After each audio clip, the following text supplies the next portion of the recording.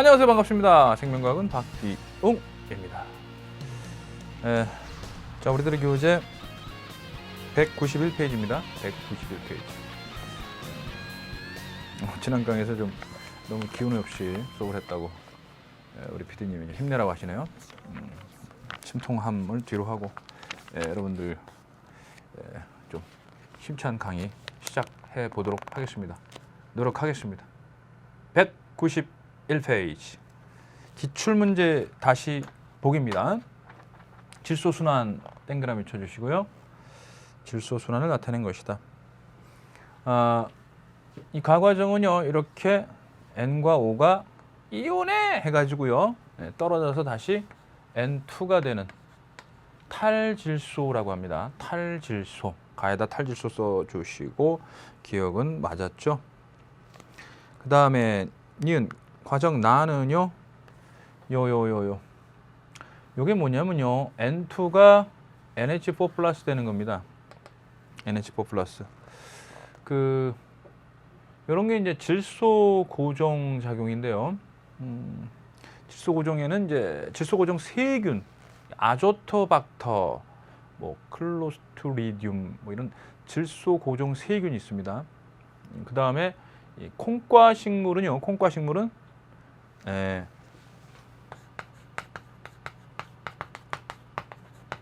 상리공생을 해요. 이 질소 고정 세균들하고 그 세균들이 모여 있는 게 뿌리혹 박테리아. 얘가 질소 고정 세균입니다. 뿌리혹 박테리아. 그래서 상리 공생합니다. 상리. 콩과 식물은 식물이니까 독립 영양 생명체니까 광합성을 통해서 유기물을 만들 수 있고요. 유기물을 주고요. 그 다음에 뿌리혹 박테리아는 세균이죠. 세균은 종속 영양 생물이니까 이 식물이 준 유기물 가지고 호흡을 통해서 ATP 만들어 살아가고요. 그 다음에 뿌리혹 박테리아는 이 식물에게 뭘 주냐면, 그쵸, 질소 화합물을 주죠. NH4 플러스 같은, 그죠, 암모늄이온 같은 질소 화합물을 공급해 주면 열심히 콩에다가 단백질을, 이거 가지고 만든 단백질을 담아 놓는 겁니다. 상리 공생이 되는 겁니다. 그래서 뿌리혹 박테리아나 아조토박터, 니은 맞습니다. 디귿 가정 다는 질화 세균에 의해서 일어난다. 자, 요건 질산이고요. 요건 암모늄 이온입니다. 그래서 요 과정이 질산화 됐죠? 이렇게 연상해서 기억해 두시길 바랍니다. 그래서 이 과정이 질화 과정이고요. 이 과정에서 질화 세균이 쓰이고요. 그 질화 세균의 종류는 아질산균과 질산균이 있다. 아질산균과 질산균이 있다. 아질산균과 질산균이 있다. 좋습니다. 맞습니다. 그 다음에는 193페이지에 자, 2점 수능 테스트로 들어가 보겠습니다. 193페이지에 2점 수능 테스트 1번. 자, 지난 강에서 배운 걸 먼저 확인하고 에너지의 흐름 들어가는 거예요. 총생산량에서요. 총생산량에서 요만큼을 뺀 거죠. 과연 요만큼이 뭘까요? 얘가 생장량이죠. 그다음에 고사량이죠. 피, 생고피. 생고피가 바로, 그렇죠, 순생고피니까 순생산량이 되죠. 그러면은 순생산량을 이만큼 뺐으니까 이건 호흡량이 되겠네요. 기억 맞고요. 니은 순생산량은 T1보다 T2에서 많다. T1보다 T2에서 많다. 순생산량 찾으면 되니까요. T1에서는 이 정도요. T2에서는 이 정도. T2가 더 많네요. 니은 맞고요. 디귿 T1부터 T2 동안 1차 소비자로 이동하는 유기물량 밑줄 쪽. 1차 소비자로 이동하는 유기물량입니다. 1차 소비자? 그러니까 식물이 생산을 해서 1차 소비자에 가는 건 피식, 그렇죠? 먹히는 거. 피식. 좋습니다. 피식 어디 있어요? 요거죠, 요거. 그래서 요 지점부터 요 지점까지의 피식량을 보면은 피식량이 요 차이죠. 요거 차이죠. 피식량이 점점 그렇죠. 점점 증가하고 있네요. 요 차이 값이 점점점 피식량이 점점 증가하고 있습니다.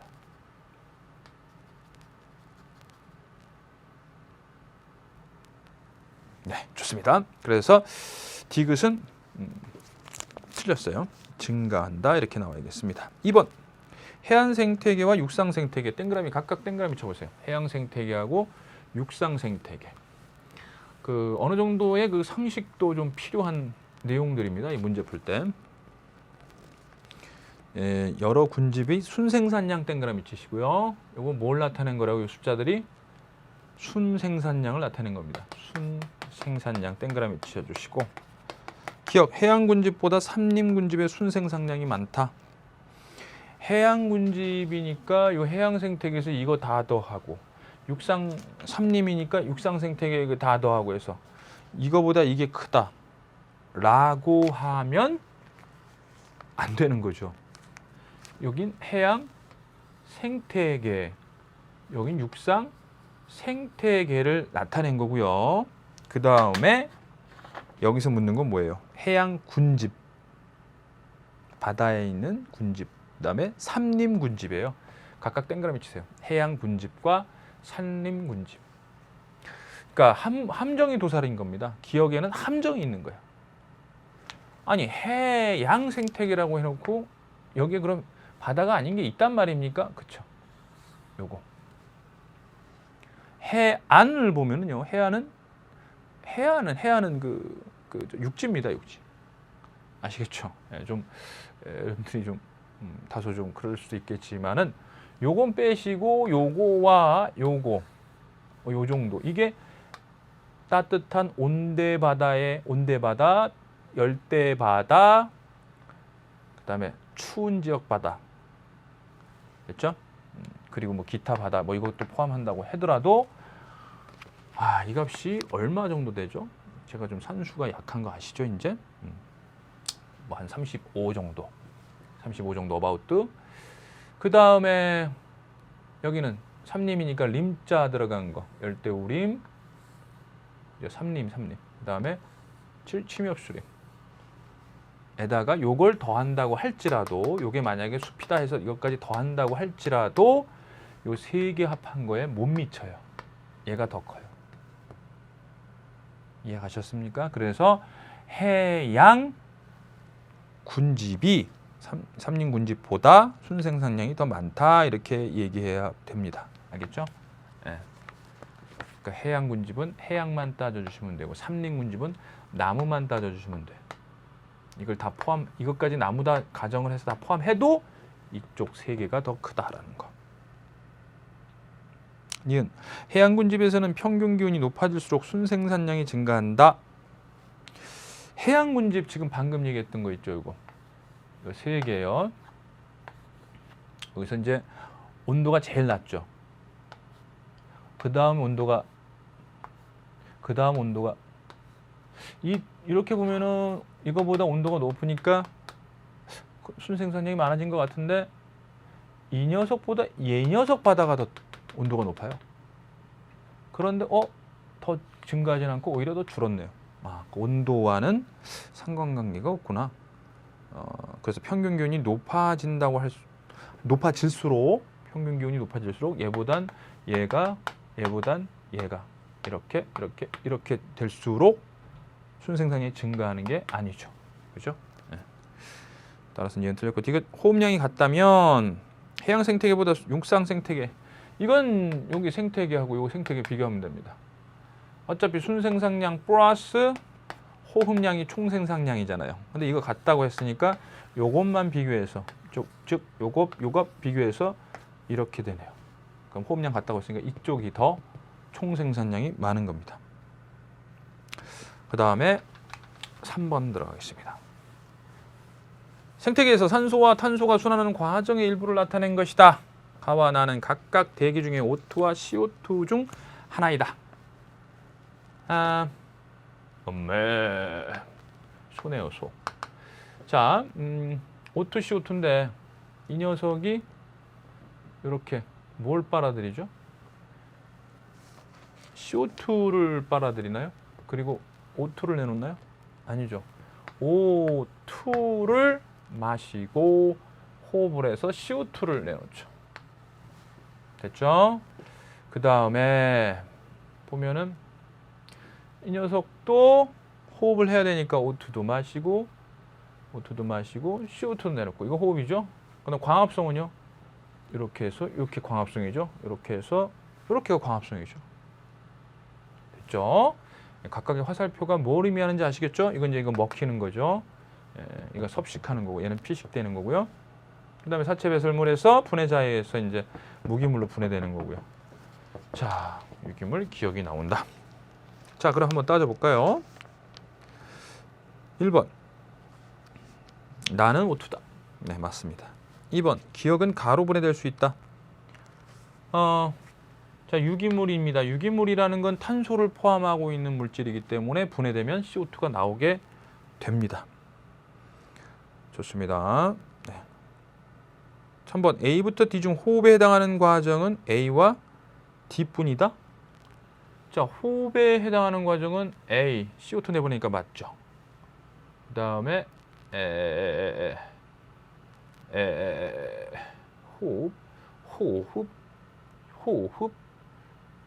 요것도 O2 빨아들이는 거니까 아까 내가 이렇게 해서 이렇게 나가는 게 호흡이라고 그랬는데요. 그죠? O2를 마시고 내보낸 호흡이고 그 다음에 요거에서 이렇게 나가는 것도 호흡. 이렇게 호흡, 이렇게 호흡입니다. 아시겠죠? 네, 요게 호흡이고 요것도 호흡이다. 그러면 광합성은 그쵸? CO2를 마시고 O2를 내놓는 게 광합성이다. 되셨죠? 네. B가 여기서는 광합성이다라고 알아두시면 되고요.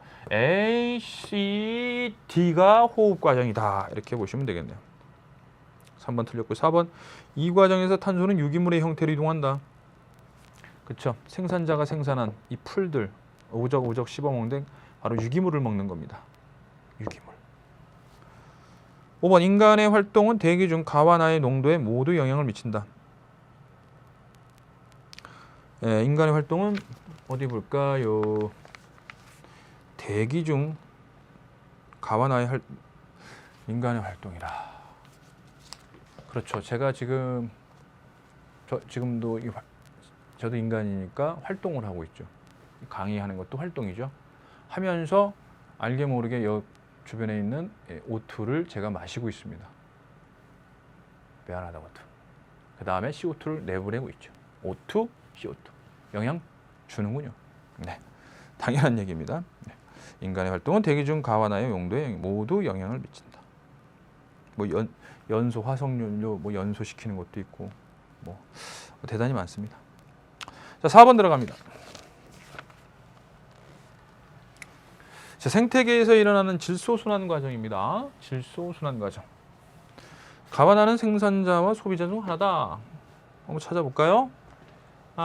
질소를 가지고 처음에 생산하는 것이니까 생산자고 요건 그걸 소비하니까 소비자가 되겠네요. 그 다음에 요거를 이제 분해하겠죠. 분해자에서 분해가 되는 거고 이 과정은 이제 질소 동화작용, 요거는 질화작용이에요. 요건 탈질소. 그 다음에 요거는 뿌리옥박테리아에 의한 질소 고정이다. 이렇게 보시면 됩니다. 자, 1번. 기억관이온은 모두 세균에 의해서 일어난다. 탈질소 세균, 그 다음에 이거는 질화세균. 맞고 2번. 동물은 디귿 과정을 수행하지 못한다. 그렇죠? 동물이 공기 중에 있는 질소를 고정시켜서 빨아들이나요? 못하죠. 생산은 생산자가 해줘야 됩니다. 무기물 가지고 유기물 생산하는 건 생산자가 해주고 그 생산자를 소비만 해주면 됩니다. 소비자는. 알겠죠? 동물은 소비자니까. 2번 맞고요. 3번. 리을 과정에서 질소가 고정된다? 리을 과정에서 질소가 고정되는 게 아니라 사체 및 배설물이 분해돼서 암모늄이온, 암모니아가 나오는 겁니다. 이 세균이나 곰팡이에 의해서 분해돼서요. 그래서 그래서 질소 고종은 여기서는 이제 이 그림에서는 요게 이제 질소 고종이 되겠네요. 질소 고종 세균. 식물에 붙어 있는 질소 고종 세균에 의해서. 4번 가에서 나로 물질과 에너지가 이동한다. 가에서 나로 이동하는 것은 유기물이고요. 그 유기물이 바로 화학 에너지입니다. 여러분들이 먹는 밥, 식물, 동물 이것들이 바로 화학 에너지가 됩니다. 5번 가는 NO3-를 흡수해 핵산 합성에 이용할 수 있다. 가는 요거 있죠? 요거나 요걸 가지고 질소 동화를 합니다. 질소 동화. 즉 단백질과 핵산을 만들죠. 단백질은 촌스럽다. CHONS, N 들어가야 되고요. 핵산은 DNA나 RNA인데요. 역시 CHONP, N이 들어가야 됩니다. 역시 N이 들어가야 돼요. 그래서 핵산 합성할 수 있습니다. 얘와 얘를 가지고 핵산 합성할 수 있고 그다음에 식물이 또 단백질도 합성할 수 있습니다. 그래서 단백질과 핵산 합성하는 걸 우리는 질소 동화 작용이다. 이렇게 알아두시면 되겠습니다. 오케이. 자, 191페이지 다시 돌아오셔가지고요. 물질의 순환과 에너지 흐름 이게 나옵니다. 191페이지에. 그러면 일단 물질의 순환부터 한번 여러분들 쫓아가 보겠습니다. 누가 생산을 할까요? 이 무기물, 이 무기 환경에 있는 무기물을 그렇죠. 유기물을 생산해 주는 게 생산자죠. 그렇죠? 이렇게 가죠. 무기물 형태로 들어가서 유기물을 생산하면 유기물 형태로 이동합니다. 1차 소비자 초식동물이고요. 2차 소비자 육식동물이고요. 그리고 식물이든 동물이든 즉 생산자든 소비자든 전부 다 분해자에 의해서 분해됩니다. 뭘로요? 무기물로 분해됩니다. 이 유기물이 이동을 해서요. 유기물이 이동하는 거예요. 지금 여기 유기물이 이동해서 무기물로 돌아가는 겁니다. 그래서 무기물은 여기하고 여기가 무기물이고요. 나머지 요거 있죠? 요 색깔을 나타내는 것들은 바로 유기물이 되는 겁니다. 됐죠? 요거 유기물. 자, 그래서 이제 끊임없이 생태계 내에서 순환합니다. 생태계 내에서 무기 환경과 생물 군집 사이에서 계속 순환하는 거죠. 계속 순환합니다. 계속. 아시겠죠? 네. 근데 에너지는 이제 어떻게 되느냐? 자, 이제 초점을 여기다 맞춰 볼게요. 에너지라는 것은 순환하지 않고요. 사라집니다. 흘러요. 뭐 생태계에 공급되는 가장 주된 에너지원이 태양 에너지, 즉 빛 에너지라는 건 아시죠? 무슨 뭐 몇몇 특수 생태계, 예를 들면 뭐 동굴 생태계 이런 거를 제외하고는 거의 대부분은 이제 이게 있어야 되죠. 빛 에너지, 그죠? 우리 육상에서, 해양에서, 알겠죠? 육상이나 해양에서 이제 빛 에너지를 받아서 광합성을 통해서 이제 생산자가 무기물을 유기물로 만듭니다. 그럼 빛 에너지가 돌아서 그렇죠? 이 화학 에너지 형태로 이동하는 거예요. 그래서 유기물이 곧 화학 에너지다 이렇게 생각해 주세요.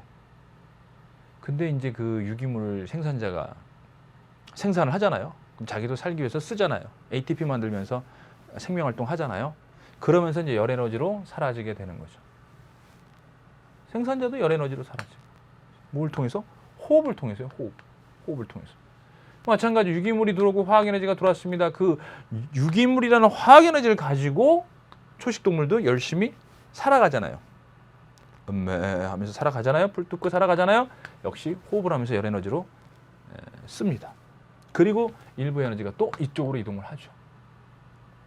그러니까 이 녀석 입장에서 봤을 때 이동된 에너지의 일부는 그렇죠. 호흡을 통해서 이렇게 자기가 살아가는 데 쓰고 그다음에 일부가 이동하고 물론 이쪽으로 이동하는 것도 있습니다. 이제 죽는 거, 안 먹히는 거, 먹히지 않는 것들은 또 사체가 되거나 배설물이 돼서 일로 나가죠. 그죠? 사체나 배설물. 그죠? 그러니까 올라온 에너지에 이 에너지에서 요게 되는 거니까 그 에너지에서 이거 빼고 일부만 이동하는 거야. 일부. 일부만 또 화학에너지 형태로 이동을 해서, 그죠? 그리고 2차 소비자도 역시 호흡을 해서 살아가야 되니까 열에너지로 사라지고, 그리고 역시 또 세균에 의해서 일로 가더라도 결국 일로 가더라도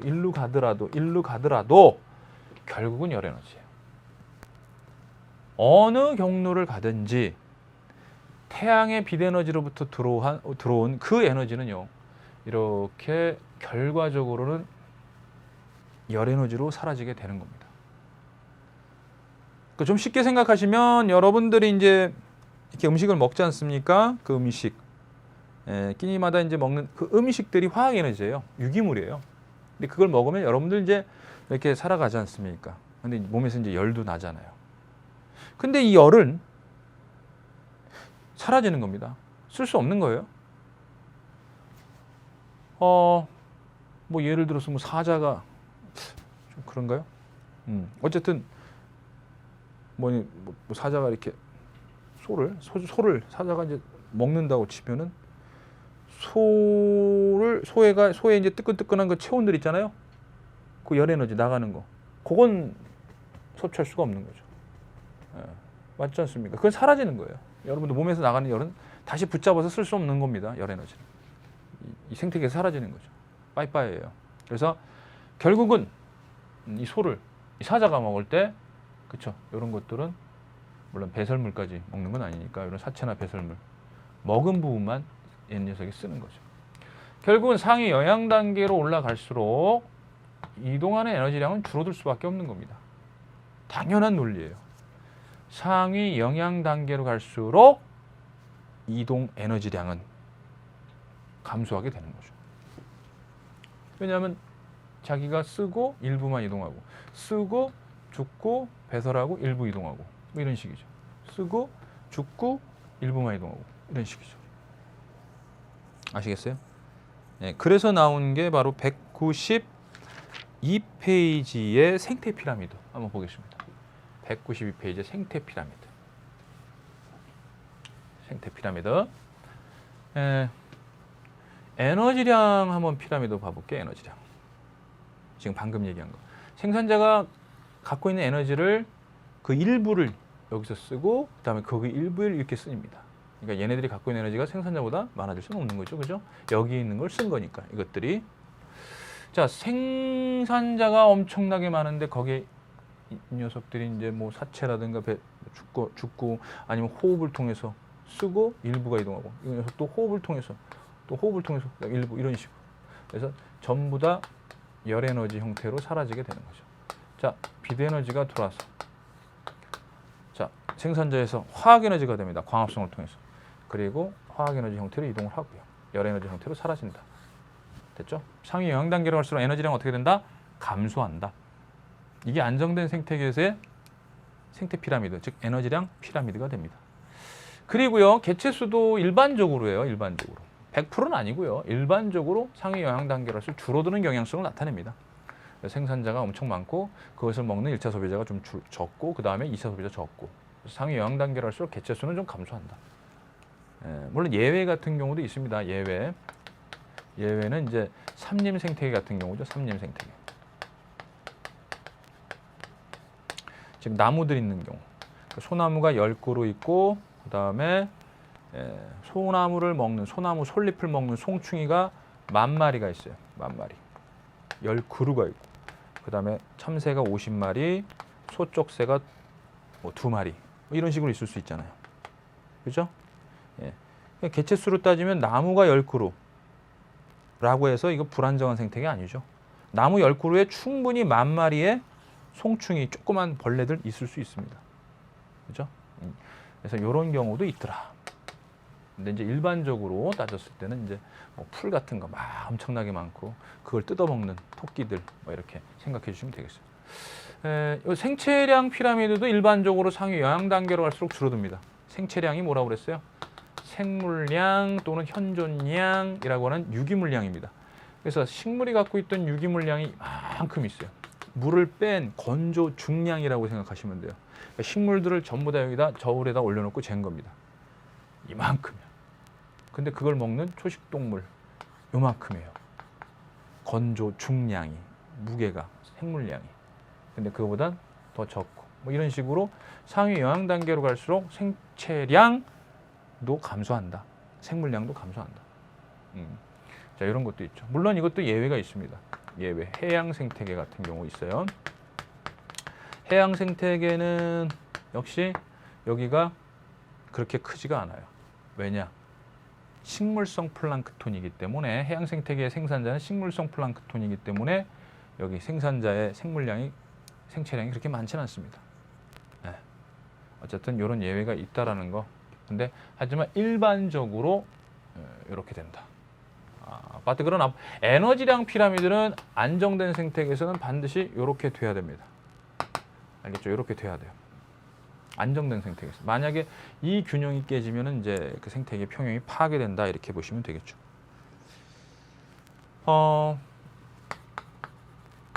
자, 상위 영양 단계로 갈수록 에너지량은 이제 감소합니다. 그러나 에너지 효율은 증가합니다. 에너지 효율은 증가한다. 자, 여러분들 꼭 머릿속에 넣으셔야 됩니다. 상위 영양 단계로 갈수록 에너지량은 감소하지만 에너지 효율은 증가한다. 이만큼의 풀을 여러분들이 먹는 경우랑 이만큼의 소고기를 먹는 경우랑 어떤 게 더 많은 에너지를 얻을 수 있죠? 그쵸, 이거죠. 그죠? 그러니까 요 풀을 먹어가지고 그 풀에 있는 그 단백질을 모아놓은 게 소고기다 이렇게 생각해 보시면은요, 소고기라고 생각하시면 소는 열심히 엄청나게 많은 양의 풀을 뜯어가지고 조금씩 자기 살에다가 이렇게 저장해 놓은 거예요. 그 많은 풀들 뜯어가지고. 그죠? 효율이 별로 크진 않겠죠. 풀 많이 이만큼 갖고 있는 에너지의 일부만 자기가 활용한 거니까. 그러나 우리는 그 소고기의 일부만 뜯어 먹어도 대부분 우리가 이용할 수 있는 겁니다. 맞잖아요. 소고기가 거기에 이미 영양가가 고칼로리로 집적돼 있기 때문에 농축돼 있기 때문에 우리는 살덩어리만 먹어도 그만큼의 영양가를 우리가 얻게 되는 겁니다. 그래서 우리는 소고기를 먹을 때 좀 더 많은 에너지를 획득할 수가 있게 되는 거죠. 이용 효율이 더 커진다는 얘기죠. 그러니까 상위 영양 단계로 갈수록 에너지 이용 효율이 커지는 이유는 그렇죠. 191페이지 맨 밑에 나와 있습니다. 191페이지 맨 밑에 나와 있어요. 뭐예요? 거기 보시면 밑줄 쫙 치세요. 영양가가 높은 먹이를 섭취하니까. 그죠? 상위 영양 단계로서 영양가가 높아져. 몸이 점점 영양 덩어리야. 그러니까 그거 먹으면 다 이용하는 거야, 거의. 소고기만 하루 종일 먹으면 다음날 똥이 거의 안 나옵니다. 왜냐하면 소고기는 거의 다 흡수되기 때문에 단백질과 지방 같은 게 다 흡수되기 때문에 우리가 이용하기 때문에 똥은 거의 안 나와요. 똥이 안 나온다는 얘기는 대장이 상당히 힘들겠네요. 그죠? 하지만 풀들만 하루 종일 먹었을 때 그 다음날 똥량은요 상당히 많습니다. 배설물량으로 할게요. 엄청나게 많아요. 왜? 풀들은 대부분 우리 몸에 흡수되는 게 아니고 그렇죠. 섬유소들 분해가 잘 안 되니까 그렇죠. 이제 똥으로 배설물로 나가게 되는 겁니다. 아시겠죠? 그러니까 상위 영양 단계로 갈수록 그렇죠. 칼로리 영양가가 높으니까 그만큼 이용 효율이 높아진다. 이렇게 보시면 되고 또 하나 몸집이 커집니다. 상위 영양 단계로서 몸집이 커져. 그러면 몸집이 작다와 몸집이 크다. 누가 더 에너지를 많이 소비할까요? 몸집이 작은 녀석이 더 많이 소비합니다. 왜? 몸집이 작으면요 표면적이 큽니다. 그죠? 그러니까 소형 육식동물과 대형 육식동물 이렇게 보면요. 이 소형 육식동물이 표면적이 더 커요. 몸집이 작다는 얘기는 표면적이 더 크니까 그만큼 표면으로 잃게 되는 에너지가 많으니까 많은 에너지를 소비하게 돼요. 이 녀석은 조금 덜 소비하게 되죠. 아무래도 표면적이 이 녀석보다는 단위 부피당 표면적이 적기 때문에. 그러니까 작은 동물일 때 여러분들 작은 동물을 이렇게 딱 이렇게 만지고 느껴보면 막 심장이 막 벌렁벌렁벌렁벌렁 막 뛰어요. 예, 병아리라든가 새라든가 뭐 생쥐 뭐 그 있죠, 키우는 쥐 있죠, 그 귀여운 거 뭐라고 그러죠? 그러니까 예, 네, 햄스터, 예, 하여간 이런 것들이 이렇게 막 벌렁벌렁 막 뛰니까 소형 동물이니까 그만큼 체온을 유지하려면 물질 대사를 활발하게 해야 되거든요. 그 얘기가 191페이지 나오는 겁니다. 상위 영양 단계로 갈수록 몸집이 커져 단위 무게당 에너지 소모가 적다. 상위 영양 단계로 하면 대형 육식 동물이 되니까 그만큼 에너지 소비도 적어요. 근데 소형은 에너지 소비가 많고. 다시요. 식물보다는 동물이 칼로리가 높고요.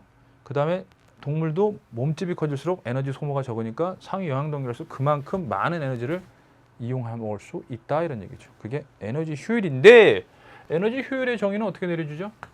여기 나와 있죠. 전 단계가 지닌 에너지량 분의 현 단계가 지닌 에너지량 곱빼기 100 하면 됩니다. 됐죠? 자기가 이제 섭취할 수 있는, 그러니까 예를 들면 여기서 보세요.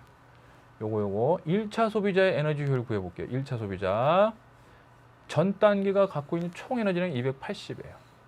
280분의 자기가 보유하고 있는 에너지 총량이 about 28이라고 할게요. 네, 28이라고 할게요. 네, 곱하기 100 하면 나오죠. 그죠? 이런 식으로 한 10% 정도 나오네요. 그 다음에 여기서 이 녀석의 에너지 효율, 2차 소비자 에너지 효율은요 26분의 1.2 곱하기 100 이런 식으로 하는 겁니다. 알겠죠? 그러면은 이걸 바로 이제 여러분들이 문제로 한번 통해서 확인하겠습니다. 기출문제 다시 보기 볼게요. 자, 기출문제 다시 보기를 보시면 생태계에서 생산자 1차 소비자, 2차 소비자 에너지량을 상대값으로 나타낸 생태 피라미드입니다. 에너지량입니다. 이게 뭐라고요? 숫자가 에너지량입니다. 그래서 가와나는 서로 다른 곳이라고 나왔네요. 기억, 가에서 영양 단계가 높아질수록 전달되는 에너지량은 영양 단계가 높아질수록 어때요? 에너지가 줄어들고 있네요. 그만큼 이동하는 에너지량이 적어진다 이런 뜻입니다. 맞죠? 네. 니은 나에서 에너지는 영양 단계를 거치면서 기본 개념입니다. 아주 기본, 기초 개념이에요. 에너지는 순환하지 않습니다. 지금 1차 소비자 에너지 효율은 나에서보다 가에서 높다? 1차 소비자 에너지 효율, 1차 소비자죠. 그 생산자 1차 소비자, 2차 소비자인데 1차 소비자의 에너지 효율은 100분의 1 곱하기 100. 여기는요 100분의 10 곱하기 100. 여기 뭐 10%고 1%니까 이렇게 되네요. 따라서 1차 소비자 에너지 효율은 나에서 좀 더 높죠. 그죠? 네. 좋습니다. 이렇게 해서 에너지 효율이라는 개념 중요하죠. 상위 영양 단계로 갈수록 에너지량은 감소해. 이동하는 에너지량은 감소해. 왜? 자기가 호흡을 하면서 살아가면서 에너지를 쓰기 때문에, 그리고 일부 에너지가 이동하기 때문에 상위 영양 단계로 갈수록 에너지량은 줄어들지만 줄어드는 만큼 영양가가 고밀도로 집적돼서 고농축 영양 덩어리이기 때문에 상위 영양 단계로 갈수록 에너지 이용 효율은 커진다. 이렇게 여러분들이 이번 강의 핵심을 정리하시면 되겠습니다. 자, 그러면 라스트 내용이죠. 생태계 평형입니다. 요거는 굉장히 쉬운 내용인데요. 그냥 한번 이해만 하고 넘어갈게요. 생태계가 이제 평형 상태가 되는데 일시적으로 파괴되는 경우가 있습니다. 이 생태계의 평형에 파괴가 일어나면요, 이제 다음 단원이 뭐냐면 생물종 다양성입니다. 생물 다양성이 감소된다라고 돼요. 감소. 생물 다양성의 감소 요인, 이거 같이 배워요. 감소 요인, 요거. 서식지가 줄어들게 되고 서식지가 나뉘어지게 되고요. 그 다음에 환경이 오염되고 자연재해에 의해서 기후 변화가 일어나게 되고 남핵과 포획이 있고요. 외래 생물종들이 들어오게 되면 생물 다양성이 감소하게 되는 그런 요인이 됩니다. 그런 요인으로 인해서 일시적으로 또 파괴가 일어날 수도 있지 않습니까? 예를 들면 1차 소비자가 엄청나게 증가했어요. 일시적으로 엄청나게 증가했어요. 예전에 어느 나라든가요? 중국인가요? 거기에 엄청나게 쥐가 막 증가한 그런 적이 있었습니다. 알고 봤더니 그 지역에 사람들이 뱀을 많이 잡아먹었다고 하더라고요. 근데 뱀이 보통 1년에 쥐를 한 500마리 정도 먹는답니다. 그러니 이제 뱀이 사람에 의해서 이제 사람이 뱀을 포식하게 되면 뱀이 일시적으로 이제 줄어들 거 아니에요. 그럼 포식자가 줄어드니까 쥐가 엄청나게 증가하겠죠. 뭐 이런 게 일시적인 이제 평형의 파괴다 이렇게 볼 수 있는 거죠. 하지만 이렇게 일시적으로 증가해봤자 이 녀석들이 먹는 먹이가 감소하게 되고 이 녀석들을 먹는 포식자는 다시 증가하게 되는 겁니다. 시간이 지나니까. 그러면 포식자는 증가하고 먹이는 감소하니까 이게 이들에게는 뭐가 되는 겁니까? 환경 저항이 되는 겁니다. 이게 뭐가 된다고요? 환경 저항이 되는 겁니다. 아시겠어요? 다시요. 포식자의 증가와 먹이의 감소는 이들에게는 바로 환경 저항이 커지게 되는 겁니다. 그러면 개체군의 생장곡선 기억나시죠? 개체군의 생장곡선이 아시잖아요. 이렇게 돼가지고요. 이렇게 가는데 갑자기 폭발적으로 증가했다. 이렇게. 그렇게 되면 바로 이런 것 때문에 다시 이렇게 감소해서 이렇게 감소하게 되고 일정한 수를 다시 유지하게 된다. 뭐 이렇게 여러분들이 생각해 주시면 되는 거예요. 그래서 이런 개체군의 생장곡선, 그러니까 시간에 따른 개체수 변화, 사슴이라든가 뭐 늑대라든가 이런 눈신토끼라든가 이런 포식자와 피식자의 그래프들이 나오게 되는 겁니다. 그걸 이제 문제를 통해서 제가 확인시켜 드릴게요. 알겠죠? 여기서 이런 거 좀 적용시켜 주세요. 네, 좋습니다. 그래서 다시 회복이 되는군요. 그럼 이제 바로 문제 들어갑니다. 우리들의 교재 194페이지 5번부터 풀어보겠습니다. 그림은 생태계에서의 에너지 흐름을 나타낸 것이다. 지금 뭘 나타내는 거라고요? 에너지 흐름입니다. 에너지 흐름. 기억과 니은의 에너지 양이고요. 가는 생물적 요소다라고 하네요. 자, 이건 식물, 생산자인 식물이고요. 식물이고, 이건 초식 동물, 식물을 먹으니까. 그다음에 이제 육식 동물이 되겠네요. 그럼 사체 배설물을 이용하는 요거는 그쵸, 분해자가 되겠네요. 분해자 가. 저리 가. 네, 좋습니다. 기억은 1차 소비자의 호흡량이다. 그 1차 소비자는 이 녀석이니까 1차 소비자의 호흡량은 요거고요. 요건 이제 2차 소비자가 되겠죠. 네. 기억은 틀렸고요. 니은은 생산자의 순생산량이다. 요게 생산자죠. 생산자의 뭐예요, 이거? 호흡량 아닙니까? 호흡량? 사라지는 겁니다. 지금 에너지가 사라지고 있는 겁니다. 예. 자, 니은 틀렸고요. 그 다음에 디귿.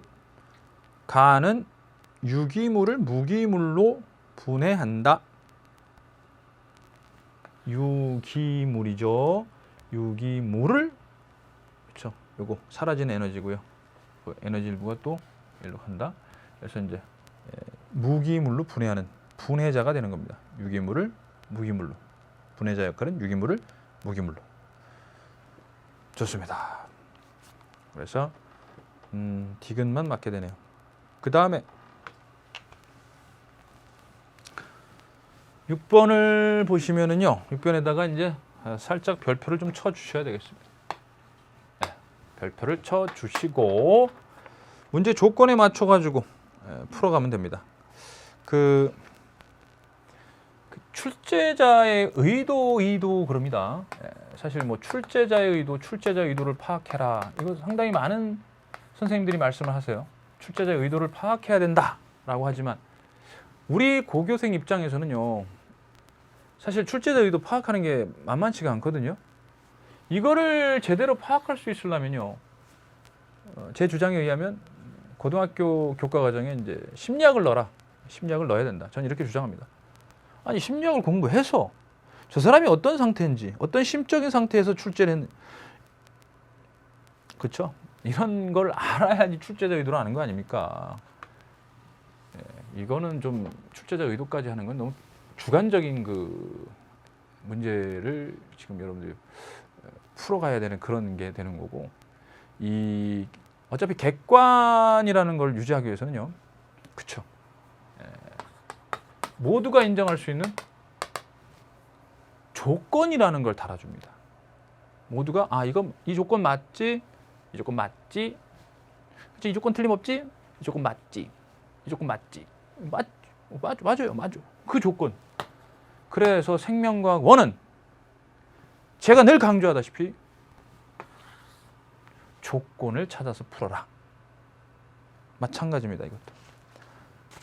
생태계의 교란이 일어나면서 밑줄짝 생태계의 교란이 일어났습니다. 과연 생태계 교란이 일어나면 뭘 의미하는 걸까요? 뭐 생산자가 많아진다든가 줄어든다든가 1차 소비자가 많아진다든가 줄어든다든가 이런 것들이 있겠죠. 또는 뭐 2차 소비자가 많아진다든가 줄어든다든가. 그럼 A와 B는 각각 1차와 2차 중 하나이며 밑줄짝 치고요. 이게 첫 번째 단서 내지는 뭐 조건이 되겠죠. 교란은 밑줄짝, 그죠? 굉장히 핵심적, 아주 중요한 겁니다.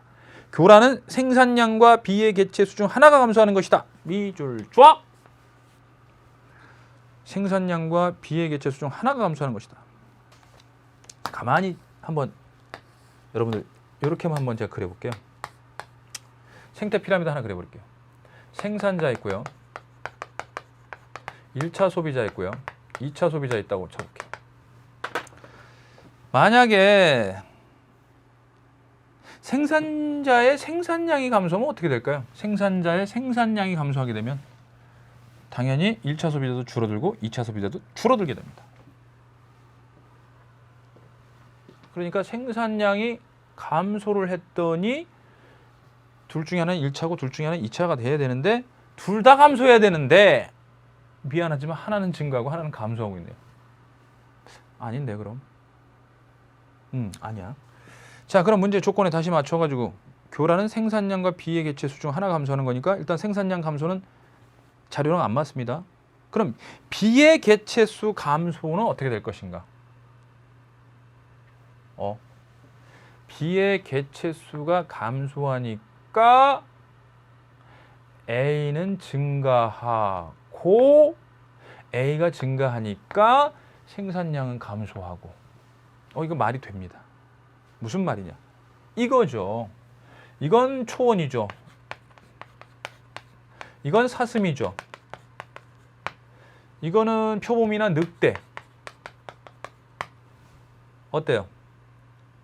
얘가 A고요.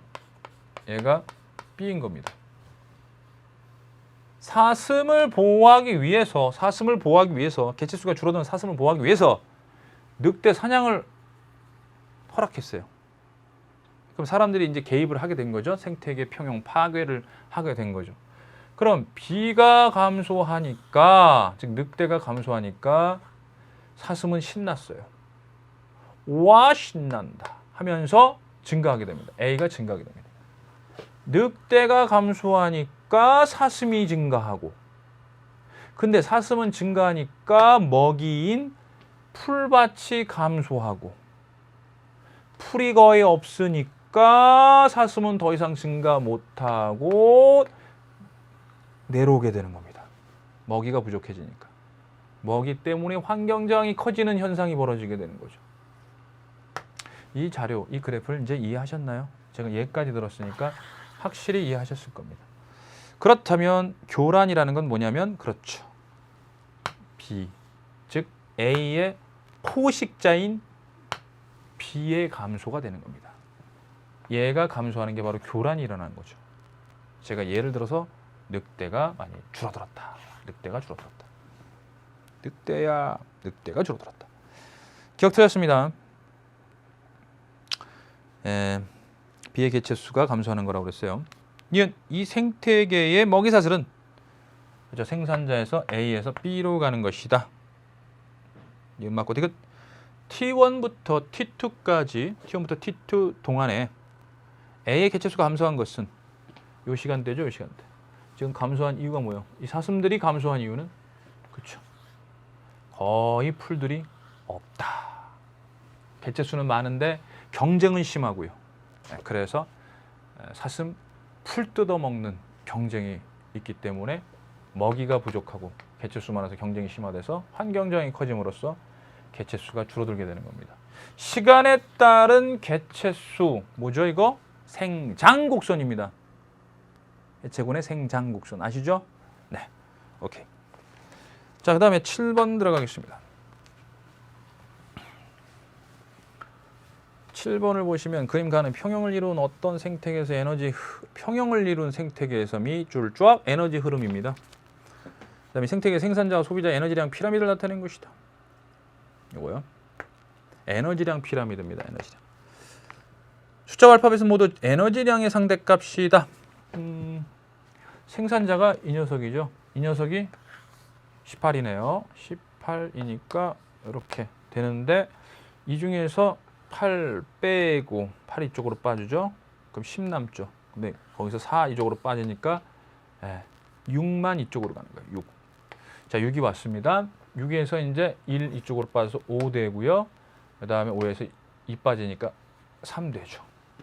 그럼 3이 왔는데 이쪽으로 1이 빠졌으니까 1로는 이제 2가 되는 거죠. 됐죠? 네. 기억 B는 A의 3배이다. B가 어디 있죠? B 찾아라 B. B가 이게 8인데 이건 B 같네. 자, B 찾아라 B. B 찾아라 B. 아, 여기 있죠? 죄송합니다. 네. 자, 이게 8하고 헷갈려져? 8인 줄 알고. 다 알고 있었어요. 네. 다 알고 있었어요. 자, 이쪽으로 가면은 뭐냐면요. 네. 이쪽으로 가면 뭐냐. 4, 1, 1이잖아요. 그죠? 4, 1, 1. 그럼 6이잖아요. 맞죠? 4, 6. 그 다음에 여기서 이제 7 가고 1 왔으니까 6이 되는 거죠. 그럼 여긴 6이 되는 거죠. 그렇죠? 네. 여기도 6, 여기도 6, 여기도 6. 똑같네. 어쨌든 6보다 2니까 2보다 6은 3배. B는 A의 3배. 맞습니다. 이은 에너지 효율은 2차 소비자가 1차 소비자의 2배이다. 에너지 효율은 2차 소비자가 1차 소비자예요. 자, 2차 소비자, 1차자. 1차 소비자. 1차 소비자의 에너지 효율은 얼마죠? 1차 소비자는 현재 6이죠. 그죠? 근데 원래 얼마 갖고 있었어요? 여기다 여기 써볼게요. 이렇게 6. 편안하게 여기다가 이제 18이었는데 6이 되고요. 그 다음에 6이었고 여기는 얼마예요? 3이 되죠. 이렇게 써놓으면 되죠. 그러면은 1차 소비자의 에너지 효율은 18분의 6 곱하기 100. 2차 소비자의 에너지 효율은 6분의 3 곱하기 100. 됐죠? 그러면은 2차 소비자가 2차 소비자의 2배가 되나요? 여기 50%가 되는 거고. 여기 25% 되나요? 6, 3, 18, 3분의 1인데 그렇죠. 2배가 아니군요. 네, 니은 틀렸습니다. 디귿 가의 에너지 흐름이 지속되면 분해자가 이용하는 유기물의 양은 증가한다. 가의 에너지 흐름이 지속돼요. 그러면 분해자가 이용하는 유기물은 증가할까요? 어디 보자. 이게 계속 진행됩니다. 들어오고 이동하고 이렇게 나가고 들어오고 이동 이렇게 나가고. 근데 얘가 계속 증가할 수 없죠. 왜? 이렇게 지금 흐르는 겁니다. 계속. 흘러서 나가는 거예요. 이렇게 7이 들어오면 1이 가고 6이 빠져나가니까 여기서 6이라는 숫자가 더 이상 증가할 수 없는 에너지는 흐르는 겁니다. 열에너지, 열에너지, 열에너지, 열에너지. 지금 열에너지, 열에너지, 열에너지, 열에너지로 사라지게 되는 겁니다. 그리고 요거는 화학에너지, 화학에너지. 화학, 화학, 화학. 알겠죠? 화학. 알겠죠? 얘네들도 사체도 일종의 세균들의 사체도 화학 이런 식으로 되는 거고요. 알겠죠? 흐른다라는 얘기죠. 그래서 이용하는 유기물의 양이 증가될 수 없죠. 즉 얘네들이 증가될 수 없는 겁니다. 알겠죠? 얘네들의 약은 그냥 6. 이 숫자가 계속 그대로 유지가 되는 거죠.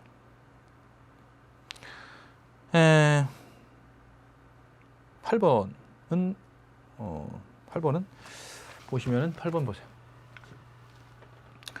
바로 가죠. 뭐 가와 나와 다가 있는데요. 가와 나와 다가 있는데 가는 뭐죠?